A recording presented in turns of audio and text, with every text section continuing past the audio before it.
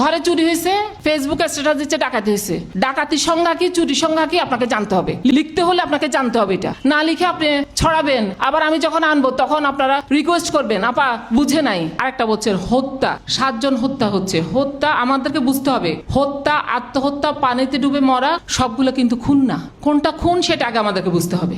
আর যে আনোয়ার হত্যার কথা বলছেন, আনোয়ার হত্যা সবাই দেখেছে।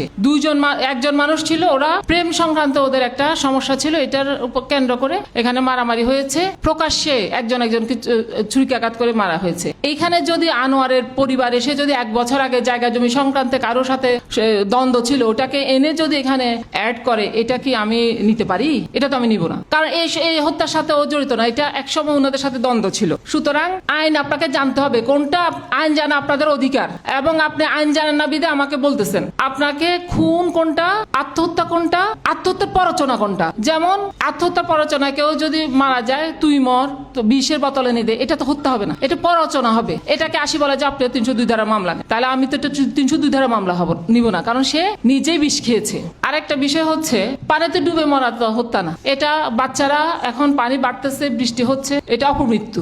রেলে কাটা অপমৃত্যু, অ্যাক্সিডেন্ট অপমৃত্যু, এগুলো হত্যা পর্যায়ে আসে না, যেগুলো আপনারা তো দেখছেনই। আরেকটা বিষয় আপনারা একটা মারামারি হলো, গোষ্ঠী শুদ্ধ যে নাই, যার সাথে আপনার অনেক বছর আগে দ্বন্দ্ব ছিল, তার নামটাও ঢুকাই দেন। এখানে একটা শব্দ আছে, আপোষ করব, ভাঙ্গাবো। এটা কেন করব আমরা? আমি আপনাদের কাছে সব সময় একটা জিনিস বলি, যার অপরাধ যতটুকু অতটুকু আমাকে উপস্থাপন করেন, যে জড়িত আছেন উপস্থাপন করেন, আমি শাস্তির ব্যবস্থা করে দিব। এটা আপনাদের কাছে আমার একটা বিনীত অনুরোধ থাকবে। প্লিজ, যারা নিরপরাধ লোক আছে, আপনারা এখানে যারা আছেন সবাই সামনে সারির নেতৃত্ব দিচ্ছেন, আপনারা সমাজকে আপনারা লিড দিচ্ছেন। আপনারা এমন কিছু, আপনারা এগুলো থেকে আপনার যাদেরকে যারা আপনাদের কথা শুনে তাদেরকে বলবেন যে যতটুকু অপরাধ করছে অতটুকুর অভিযোগ দিতে, আমি এটা শাস্তির ব্যবস্থা করে দেব। এটার জন্য আপনাদের সাথে আমার কথা বলতে হয়, আপনাদেরকে বুঝাইতে হয়। আমরা এই মানুষগুলো, আমরা যখন বিদেশে যাই আমরা ঠিকই আইন মেনে চলি, কিন্তু এখানে আমরা আইন মেনে চলি না, কারণ এখানে রিকোয়েস্ট আছে। আমি মাদক ধরে নিয়ে আসি, আপা গাড়িটা ছেড়ে দেন।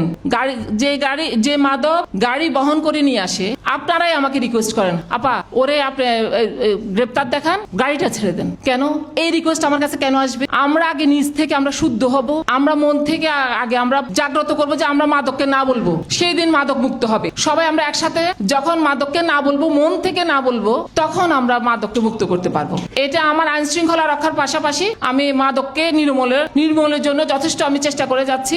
প্রত্যেকটা ভাইয়া বলছেন, প্রত্যেকটা অপরাধের পিছে মাদক জড়িত আছে, অবশ্যই জড়িত আছে, কারণ মাদক যে সেবন করে তার কাছে কোনো হিতের জ্ঞান থাকে না। আরেকটা বিষয় আমি আপনাদেরকে বলছি, যে ওই দিন মারামারির বিষয়টা আপনারা যদি নেতৃত্ব দেন, তাহলে আপনাদের কথা ছেলেপুলেরা শুনে না কেন?